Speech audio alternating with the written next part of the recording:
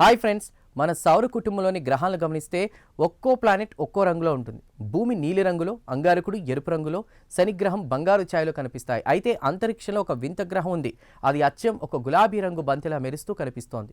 అవును, నాసా శాస్త్రవేత్తలు గుర్తించిన GJ504b అనే ఈ గ్రహం చూడడానికి అత్యంత అందంగా ముదురు చెర్రీ రంగులో ఉంటుంది.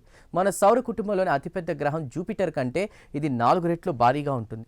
అసలు ఒక గ్రహం గులాబీ రంగులో ఎలా ఉంటుంది? అక్కడ వాతావరణం ఎలా ఉంది? ఈ స్పేస్ ఫీచర్లో అనంత విశ్వంలో దాగున్నటువంటి ఈ పింక్ వరల్డ్ రహస్యాలను ఛేదిద్దాం.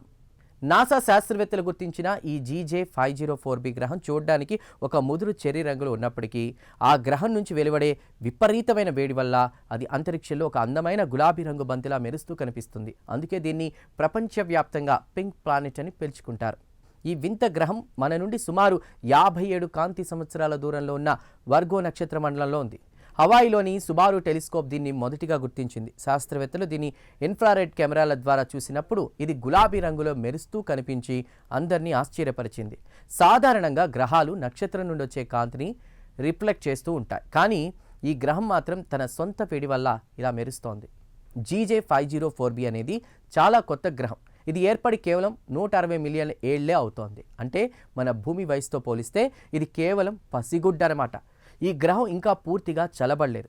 దీని ఉపరితలం మీద సుమారు 237 డిగ్రీల సెల్సియస్ వేడి ఉంది. ఈ విపరీతమైన ఉష్ణోగ్రత వల్ల ఆ గ్రహం నుండి వచ్చే ఇన్ఫ్రారెడ్ రేడియేషన్ మన కంటికి గులాబీ లేదా ముదురు మజెండా రంగులో కనిపిస్తోంది. అంటే ఇది అచ్చం ఒక మెరుస్తున్న నిప్పు కణిక లాంటిది. శాస్త్రవేత్తలను వేధిస్తున్న మరో ప్రశ్న ఏంటంటే, ఈ గ్రహం తన నక్షత్రానికి చాలా దూరంలో ఉంది. మన సౌర కుటుంబంలో నెప్ట్యూన్ తన నక్షత్రమైనటువంటి సూర్యుడికి ఎంత దూరంలో ఉందో దానికి 9 రెట్లు ఎక్కువ దూరంలో ఈ GJ504b తిరుగుతోంది. సాధారణంగా ఇంత దూరంలో ఇంత భారీ గ్రహం ఏర్పడడం అసాధ్యమని ఆస్ట్రోఫిజిక్స్ చెప్తోంది. దీనివల్ల గ్రహాల పుట్టుక గురించి మనం ఇప్పటివరకు నమ్మిన సిద్ధాంతాలు తలకిందులవుతున్నాయి. మరోవైపు ఇది కేవలం ఒక గ్రహమా లేక విఫలమైన నక్షత్రమా అనే చర్చ కూడా జరుగుతోంది. GJ504b అనేది ఒక గ్యాస్ జెయింట్. అంటే అక్కడ మన భూమిలాగా నేల అనేది ఉండదు.